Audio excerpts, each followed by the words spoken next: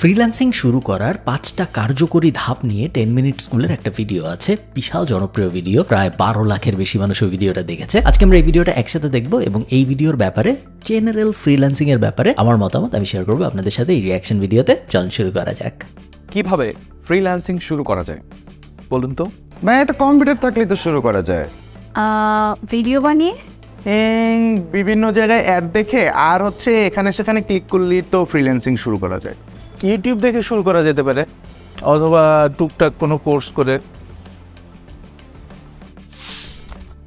এই প্রশ্নটা আসলে সঠিক প্রশ্ন না। কিভাবে ফ্রিল্যান্সিং করা যায় এটা কাউকে জিজ্ঞেস করাই উচিত না, কারণ ফ্রিল্যান্সিং তো আসলে কোনো কাজ না। ফ্রিল্যান্সিং একটা কাজ করার পদ্ধতি, আমি আপনাদের আগেও বিভিন্ন সময় বলছি, বাট যারা জানে না তাদের জন্য আরেকবার ছোট্ট করে বলতেছি। Freelancing is a type of work. এক ধরনের কাজকে আমরা ফ্রিল্যান্সিং বলি। কোন ধরনের কাজকে আমরা ফ্রিল্যান্সিং বলি? যখন একজন মানুষের ফিক্সড কোনো ক্লায়েন্ট থাকে না, বিভিন্ন ক্লায়েন্টের জন্য র্যান্ডমলি সে কাজ করতে থাকে, তখন তাকে ফ্রিল্যান্সার বলা হয়। যেমন ধরেন একজন ফটোগ্রাফার আজকে ওই মডেলের সাথে কাজ করতেছে, কালকে ওই বিয়েতে কাজ করতেছে, পরশুদিন অমুক ইনফ্লুয়েন্সার ডাকছে তার সাথে কাজ করতেছে, সে একজন ফ্রিল্যান্স ফটোগ্রাফার।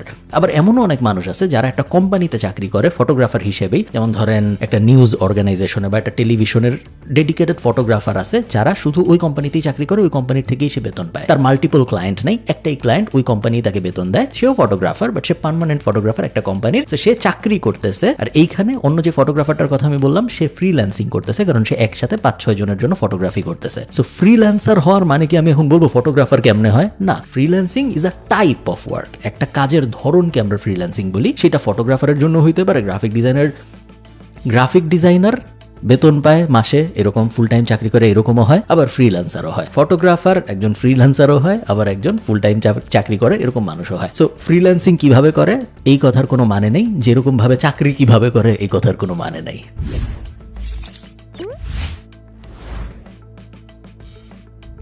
ফ্রিল্যান্সিং শুরু করার 5টা সহজ স্টেপ শিখবো এই ভিডিওতে।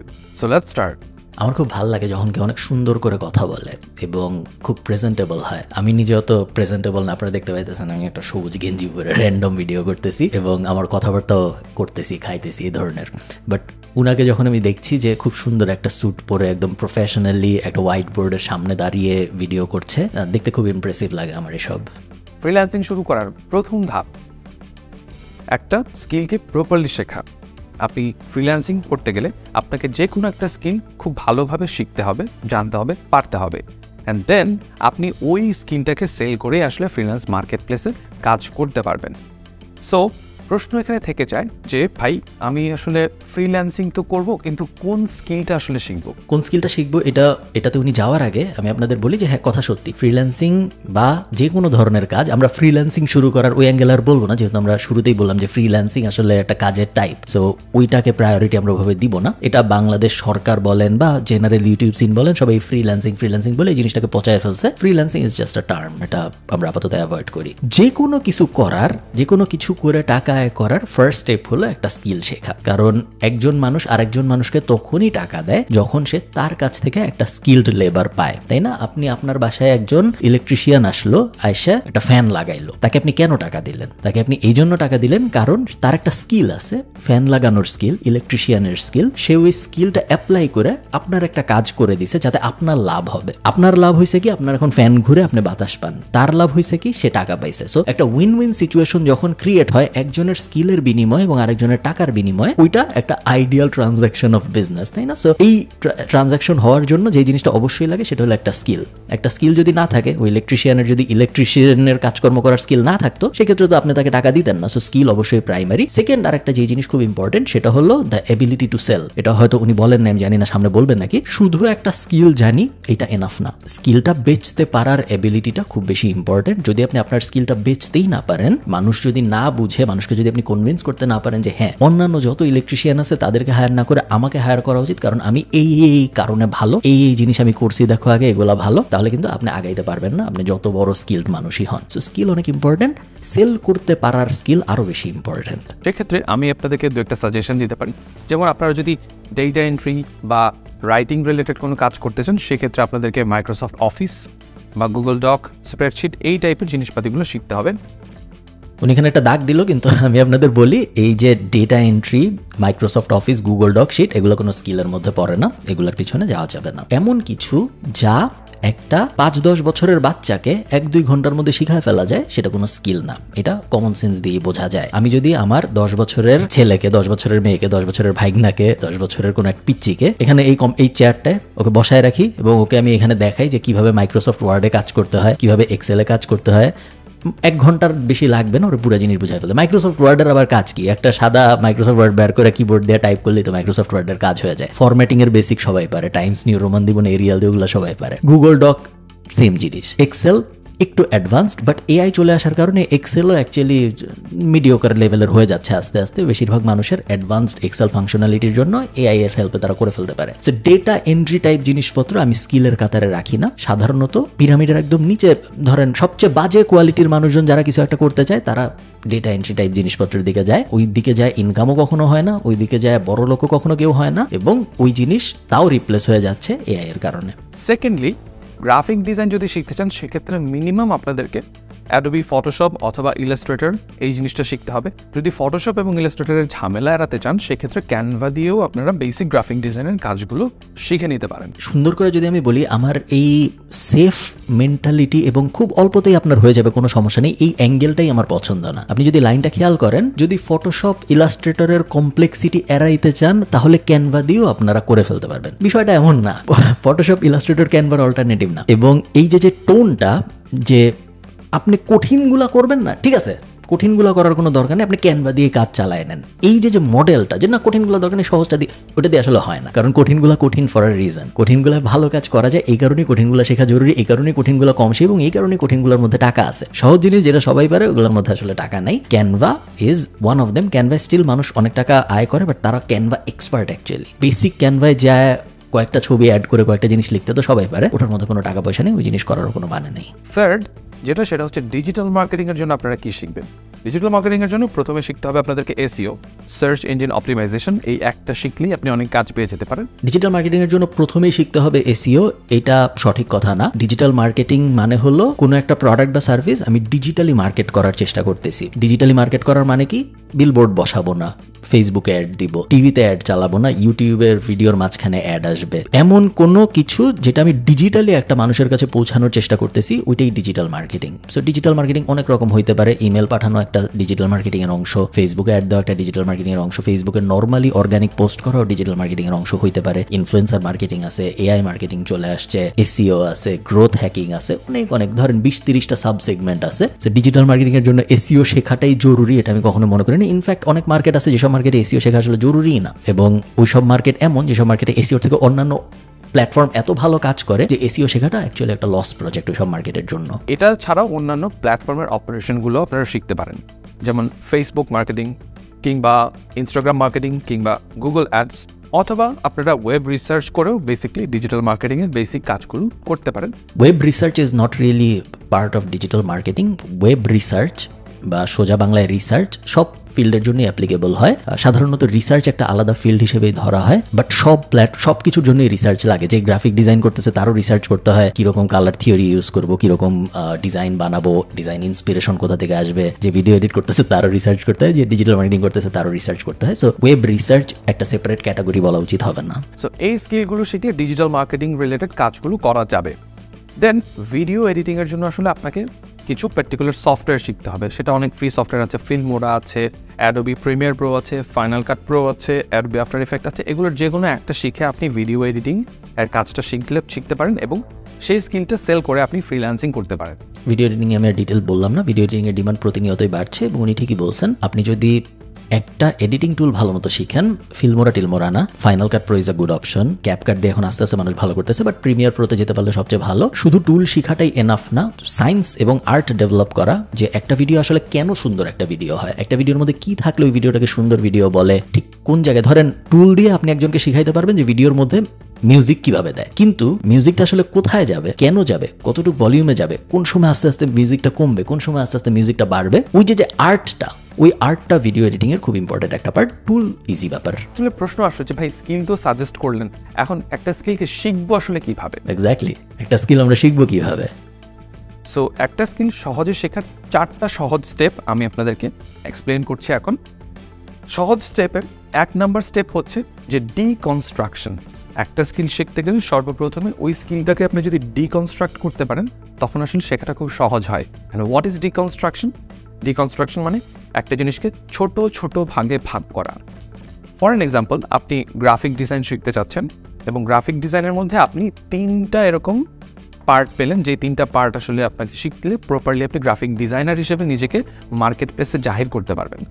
সো সেক্ষেত্রে ফার্স্টে আপনি থিওরি শিখলেন, থিওরির জন্য ডিজাইন ফিলোসফি শিখলেন, থিওরির জন্য 1 2 3 3টা টাইপের থিওরি শিখতে হতে পারে। পুরোটা দেখা দরকার নেই, মোটামুটি বুঝতে পারছি উনি কি বলতে চাচ্ছেন। কথা সত্য, ডিকনস্ট্রাক্ট করে একটা স্কিল শেখাটা 100% ভালো আইডিয়া এবং এভাবে অনেক মানুষ শিখে। আমাদের যে ট্র্যাডিশনাল এডুকেশন সিস্টেম, ইঞ্জিনিয়ার যারা হয়, ডাক্তার যারা হয়, তারা এইভাবেই শিখে। তারা একটা কমপ্লিকেটেড টপিককে ছোট ছোট ভাগে ভাগ করে সবচেয়ে ইজিটা থেকে শুরু এবং তারপর আস্তে আস্তে উপরের দিকে উঠে। ওটা একমাত্র উপায় না শেখার, আরও কিছু উপায় আছে। যেমন একটা উপায় আছে অন দ্য জব, কোনো একটা কাজের ভিতরে গভীরভাবে ঢুকে যে ওইটার ভিতরে জিনিসটা অন দ্য জবে শেখা। যেমন ধরেন বাসের হেল্পার যখন বাস চালানো শিখে, প্রবাবলি একটা বাজে এক্সাম্পল, বাট আপনারা বুঝতে পারবেন আমি কি বলার চেষ্টা করতেছি। বাসের হেল্পার যখন বাস চালানো শিখে, সে প্রথমে বাস কিভাবে চলে এটা শিখে না, সে প্রথমে থিওরি পরীক্ষা দেয় না, সে প্রথমে লাল লাইটে কি করবো, সবুজ লাইটে কি করবো এভাবে শিখে না, সে বাসের হেল্পার হয়। বাসের ভিতরে থেকে সে দেখে যে এটা এমন করলে ওটা বামে যায়, এটা এমন করলে ওটা ডানে যায়, এইখানে চাপ দিলে থামে, এই জায়গায় চাপ দিলে ধাক্কা খায়।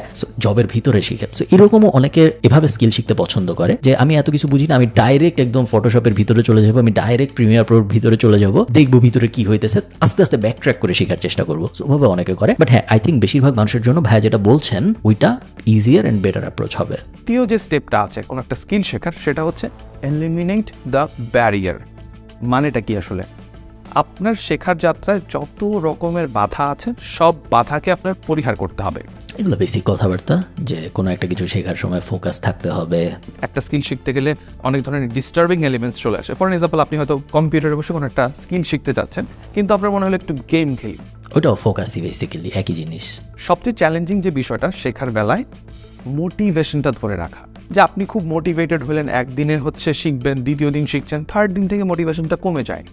সো এই মোটিভেশনটা ধরে রাখার জন্য আপনি করতে পারেন কি, নাম্বার 1, নিজেকে কোনো একটা জায়গায় দায়বদ্ধ রাখতে পারেন যে ভাই আমি যদি এটা না করি আমার জবাবদিহিতার জায়গা আছে।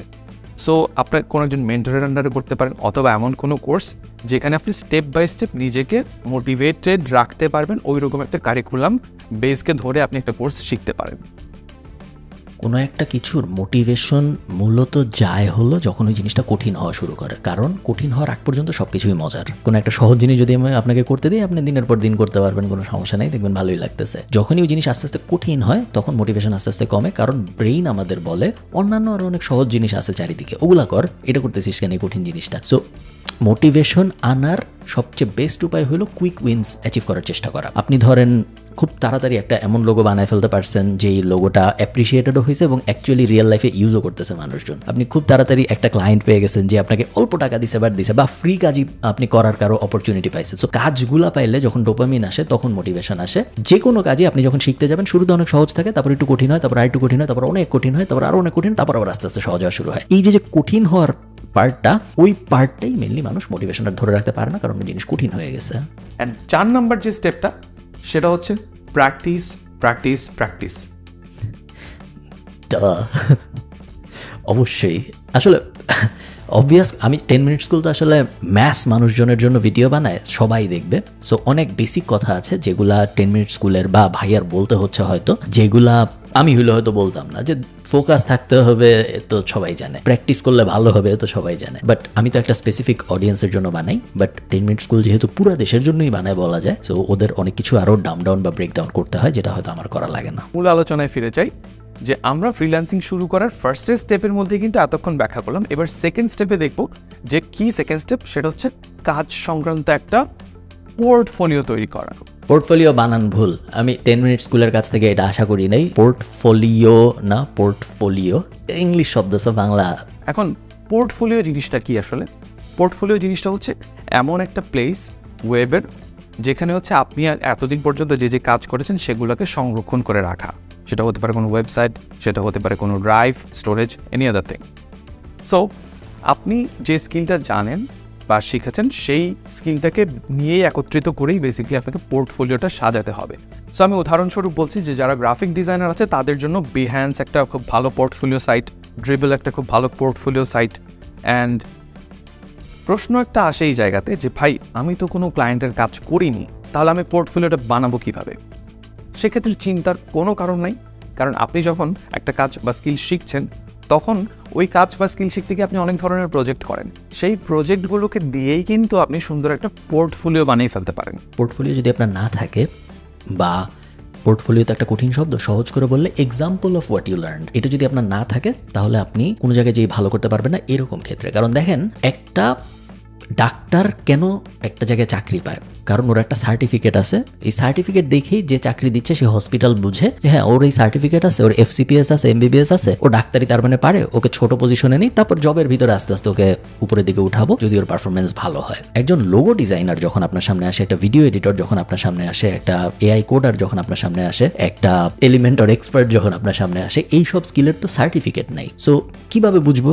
একটা ক্লায়েন্ট কিভাবে বুঝবে যে অমুক মানুষ যে এসে বলতেছে আমি SEO পারি? সবাই তো বলে, কিভাবে পারে? আমার একটা SEO টিউটোরিয়াল আছে ইউটিউবে, 7.5 লাখ মানুষ দেখছে। তো বাংলাদেশে ঘরে ঘরে SEO এক্সপার্ট থাকার কথা, তাই না? বাট কিভাবে বুঝবো? বুঝবো প্রমাণ দিয়ে। ওই প্রমাণটাকেই পোর্টফোলিও বলে। যে এই যে 5টা ওয়েবসাইট, এই 5টা ওয়েবসাইটকে আমি এই 25টা কিওয়ার্ডের জন্য র্যাঙ্ক করছি, দেখেন এগুলো ভালো ভালো কিওয়ার্ড, কম্পিটিটিভ কিওয়ার্ড, তারপরেও আমি র্যাঙ্ক করতে পারছি, দেখেন। সো আপনি আমাকে হায়ার করতে পারেন। এই যে 30টা লোগো, দেখেন এই 30টা লোগো আমি বানিয়েছি। ইনফ্যাক্ট আপনার বিজনেসের লোগোরও 2-3টা ভার্সন আমি বানাইছি। এই যে দেখেন আমার কাছে আছে, এগুলো যদি আপনার ভালো লাগে আসেন আমরা একসাথে কাজ করি। আপনার সোশ্যাল মিডিয়ার জন্য একটা পোস্ট আমি অলরেডি বানাইছি। এই যে দেখেন এটার মধ্যে এই জিনিস চেঞ্জ করি। আপনি অলরেডি একটা টুইটারে পোস্ট করছিলেন আমি দেখছি গত সপ্তাহে, বাট পোস্টার এই জিনিস আমার ভালো লাগে নাই, এই কারণে আমি পোস্ট আবার নতুন করে ডিজাইন করছি। এই যে দেখেন ডিজাইন, এগুলো হলো পোর্টফোলিওর এক্সাম্পল, এগুলো হলো এক্সাম্পল অফ ওয়ার্কের এক্সাম্পল। সো ওই জিনিস যদি আপনার না থাকে আপনি তো সার্টিফিকেশন দিয়ে দেখাইতে পারবেন না। সো ওই কারণেই পোর্টফোলিও ব্যাপারটা বা এক্সাম্পল অফ ওয়ার্ক থাকাটা জরুরি। তৃতীয় যে স্টেপটা আছে ফ্রিল্যান্সিং শুরু করার জন্য, যে থার্ড স্টেপ, সেটা হচ্ছে মার্কেট প্লেসে অ্যাকাউন্ট খোলা এবং প্রোফাইলটা আপডেট করা। আপনি যে মার্কেট প্লেসে কাজ করতে চান, সেটা হতে পারে fibre or Upwork or any other market place, সেখানে আপনাকে একটা যথাযথভাবে অ্যাকাউন্ট খুলতে হবে এবং সেই অ্যাকাউন্টটার প্রোফাইল, আপনার যে প্রোফাইলটা, সেটাকে আপডেট করতে হবে as per your skills. I don't recommend going to the marketplace after you learn a skill. I think একটা স্কিল শেখার পরে আপনার অ্যাটলিস্ট 1-2-3 বছর রিমোট ওয়ার্ক করা উচিত ক্লায়েন্টদের সাথে। দেশি ক্লায়েন্ট হইতে পারে, বিদেশি ক্লায়েন্ট হইতে পারে, বা অ্যাকচুয়াল ফিজিক্যাল ওয়ার্ক করা উচিত কোনো একটা অফিসে, যে 1 বছর 2 বছর 3 বছর, যেন আপনার এনাফ এক্সপিরিয়েন্স, এবং তারপরে আপনার মার্কেট প্লেসের দিকে যাওয়া উচিত যদি ইচ্ছা থাকে। মার্কেট প্লেস আমার মনে হয় তাও যাওয়া উচিত না, কারণ আপওয়ার্ক, ফাইবার এসব জায়গা বা ফ্রিল্যান্সিং তথাকথিত বলতে আমরা যা বুঝি, এর থেকে ভালো অপরচুনিটি মার্কেট প্লেসের বাইরেই থাকে। রিমোট ওয়ার্কের হাজার হাজার ওয়েবসাইট আছে, ওগুলায় থাকে। প্রত্যেকটা ট্র্যাডিশনাল জব পোর্টালেও এখন রিমোট ওয়ার্কের অপশনস আছে, সো ওইসব জায়গায় থাকে। এবং নেটওয়ার্কিং এর মেন্টালিটিও যদি আপনার ভালো হয় তাহলে কাজ শেষ হইতে হইতে আসলে কাজ পাওয়ার অপরচুনিটি সৃষ্টি শুরু হয়। So market place should be your last option. Market place is not an ideal immediate option after আমি শিখলাম, আফটার আমার পোর্টফোলিও হলে এরপর আমি মার্কেট প্লেসে যে অ্যাকাউন্ট খোলা শুরু করবো। আই থিঙ্ক এটা এখন আর ওয়াইজ না। এবং মার্কেট প্লেসের কিছু উদাহরণ ভাইয়া দিয়েছেন, Upwork, Fiverr, freelancer.com। Upwork and Fiverr ঠিক আছে, কোনো সমস্যা নেই। freelancer.com is a scammy marketplace. So নতুনদের জন্য আমি বলবো এটা অ্যাভয়েড করলেই ভালো। দিয়ে ফুটিয়ে তুলে আপনার প্রোফাইলটাকে আপডেট করতে হবে। আর আরেকটা জিনিস এখন করতে হয়, সেটা হচ্ছে যে NID দিয়ে একটু ভ্যারিফাই করে নিতে হয় আইডিটাকে। আপনি কোনো স্কিল না শিখে অবশ্যই কোনো মার্কেট প্লেসে অ্যাকাউন্ট খুলবেন না, প্লিজ, এটা কখনোই করবেন না। আপনি যখন একটা স্কিল শিখলেন, শেখার পরে, প্রপারলি বোঝার পরে, জানার পরেই তারপর আপনি মার্কেট প্লেসে গিয়ে অ্যাকাউন্ট করবেন। কেন? আপনি যদি স্কিল না শিখে মার্কেট প্লেসে অ্যাকাউন্ট করেন, আপনার নিজের ইমপ্রেশন খারাপ হচ্ছে, সমগ্র দেশের মানুষের ইমপ্রেশন খারাপ হচ্ছে। কারণ বাইরের ক্লায়েন্টরা আপনাকে দেখবে আপনি কাজ পারেন না, তার মানে তারা মনে করে নেবে যে বাংলাদেশিরাই বুঝি কাজ পারে না। এরকম করে দেশের প্রতিও একটা ব্যাড ইমপ্রেশন তৈরি হয়। সত্যি কথা যেটা বলছো এটা একদম 100% ট্রু। আমি অনেক ক্লায়েন্টকে এরকম দেখেছি যারা তাদের জব ডিসক্রিপশনের ভিতরেই লিখে দেয় যে বাংলাদেশ, শ্রীলঙ্কা, পাকিস্তান এসব জায়গার মানুষ যেন অ্যাপ্লাই না করে। এবং এটা কেন লেখে তারা? কারণ তারা ব্যাক অফ দ্য মাইন্ডে তাদের এই ইমপ্রেশন আছে যে এরা যদি অ্যাপ্লাই করে এবং এদের যদি হায়ার করি রেজাল্ট ভালো হবে না। এই চিন্তা তাদের মাথার মধ্যে কিভাবে আসছে? এই চিন্তা তাদের মাথার মধ্যে এই কারণেই আসছে কারণ তাদের পাস্ট এক্সপিরিয়েন্সে তাই হয়েছে। পাস্ট এক্সপিরিয়েন্সে ওভার প্রমিস করা, আমি যা পারি তার থেকে অনেক বাড়ায় বলা, এবং অ্যাকচুয়াল কাজ করতে গেলে দেখা যায় কিছুই না পারা। এই জিনিসটার টেন্ডেন্সি বাংলাদেশিদের ভিতরে অনেক বেশি। সো মার্কেট প্লেসে এই জিনিসগুলো অ্যাভয়েড করাই ভালো। সো আমরা এটা করবো না। ওকে, দেন দেয়ার আফটার আমাদের ফ্রিল্যান্সিং শুরু করার চতুর্থ যে স্টেপটা, সেই চতুর্থ স্টেপটা হচ্ছে ইন্টারন্যাশনাল পেমেন্ট বা ডলার গ্রহণ করা যায় এমন একটা সিস্টেম। আপনার এই জিনিসটা চর্বিত চর্বণ, এই জিনিসটা ওভার হাইপড। এমন মানুষ আপনি আমাকে দেখাইতে পারবেন না, আপনি আপনার আশপাশে দেখেন এমন মানুষ দেখাইতে পারবেন না যে বলছে যে আমি $1000 ইনকাম করছি, কিন্তু আনতে পারি নাই বাংলাদেশে, অনেক সমস্যা হয়েছে, আমি মার্কেট প্লেস থেকে বের হয় নাই টাকাটা, এরকম মানুষ নাই। ইনকাম করাটা কঠিন, ইনকাম আনতে পারাটা কঠিন না। সব মার্কেট প্লেসের সাথে এখন বাংলাদেশের সব ব্যাংকের ডিরেক্ট কমিউনিকেশন হয়। একটা সময় ছিল যখন 2011-12-তে আমি ফ্রিল্যান্সিং করছিলাম, টাকা আনা বিশাল একটা ঝামেলা ছিল, ব্যাংক বুঙ্ক কিছুই বুঝতো না যে অনলাইন মার্কেট প্লেস কি, ফ্রিল্যান্সিং কি, এই কি সেই কি। এখন আর সেই সময় নেই, এখন পুরো দুনিয়ায় বুঝে এইসব, ডিরেক্ট পাঠানো যায়, ব্যাংক থেকেও পাঠানো লাগে না। এমন আছে এখন যে ডিরেক্ট কোনো একটা অ্যাপ থেকে সরাসরি আপনার বিকাশে পাঠিয়ে দিতে পারবে, এরকম অপশনও কিন্তু এখন চলে আসছে। সো পেমেন্ট গ্রহণ করা এখন আর বাংলাদেশের রিমোট ওয়ার্কারদের জন্য কোনো সমস্যা বলে আমি মনে করি না। হ্যাঁ, পেপাল থাকলে হয়তো ভালো হইতো, আরেকটু ইজিয়ার হইতো, বাট ওই ইজিয়ার না হয়েও এমন কেউ নাই যার $1000 আটকায় আছে জাস্ট বিকজ পেপাল নাই, এরকম হয় না। And there after last but not the least 5 number step, সেটা হচ্ছে আপনাকে যে আপনার স্কিল আছে সেই স্কিল অনুযায়ী একটা গিগ প্রিপেয়ার করতে হবে, এবং ক্লায়েন্টরা যখন মার্কেট প্লেসে বিভিন্ন কাজের অফার দেয় সেই অনুযায়ী আপনাকে প্রপোজাল লেটার তৈরি করতে হবে।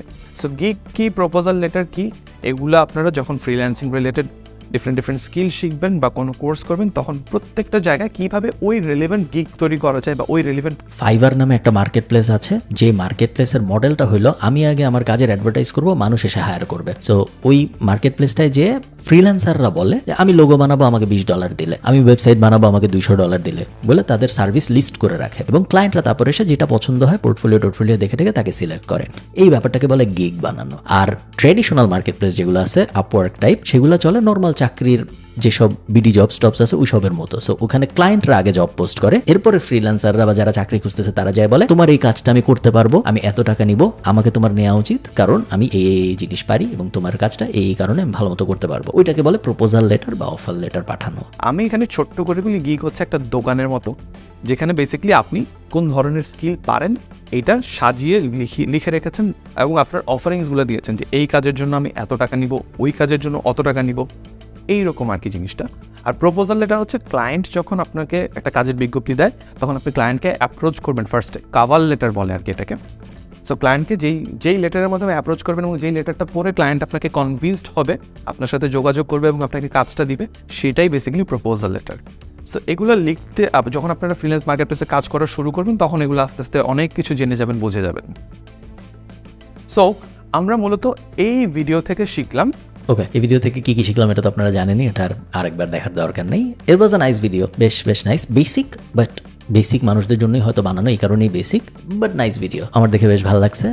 গুড, এরকম ভিডিও আরও হওয়া উচিত যেন মানুষ আরও ভালো বুঝতে পারে। ফ্রিল্যান্সিং টাইপ এইসব ভিডিও মানুষকে একটা ভ্রান্ত ধারণা এই কারণে দেয় কারণ জিনিসটা খুব সহজ হিসেবে পোর্ট্রে করা হয়। একে তো ফ্রিল্যান্সিং করুন এই টাইপ কথা শুনলেই আমার বিরক্ত লাগে, কারণ ফ্রিল্যান্সিং করুন, যেটা আমি আপনাদের ভিডিও শুরুতে বললাম, ফ্রিল্যান্সিং এর মানে হলো চাকরি করুন। আমি যদি আপনাকে বলি চাকরি করুন, এ কথার যেরকম কোনো মানে নেই, ফ্রিল্যান্সিং করুন কথার কোনো মানে নেই, সেগুলো শুনলে একটু বিরক্ত লাগে। বাট ওইটা অ্যাসাইড বাকি সব কিছু ভিডিওতে মোটামুটি ভালো কথাই বলা হয়েছে। শুনলে যেরকম সহজ মনে হয় যে হ্যাঁ 5টা স্টেপ, স্কিল শিখবেন, ফোকাস রাখতে হবে, অনেক কাজ ওরকম না ব্যাপারটা। আপনারা সবাই তো জানেন যে আসলে এরকম না, ব্যাপারটা আরও অনেক কমপ্লিকেটেড। বাট ভালো স্কিল্ড মানুষ যারা ভালো একটা স্কিল পিক করছে, কমপ্লিকেটেড কঠিন একটা স্কিল পিক করছে এবং সেই স্কিলে অনেক ভালো মতো এক্সপার্ট হয়েছে এবং সেলস স্কিল ভালো, এই কম্বিনেশনটা যাদের আছে, এই 3টার কম্বিনেশন, তাদের মার্কেট প্লেসের বাইরে, দেশে বিদেশে, মঙ্গল গ্রহে কোন জায়গায় তাদের কারো আটকানোর সামর্থ্য নাই। তো ভালো লাগলো ভিডিওটা দেখে। যদি আমার এই ভিডিও ভালো লাগে তাহলে ওই ভিডিওতে যে আপনারা একটা লাইক দিয়ে আসতে পারেন। আপনাদের সাথে আমার দেখা হবে পরের কোনো একটা ভিডিওতে। টাটা।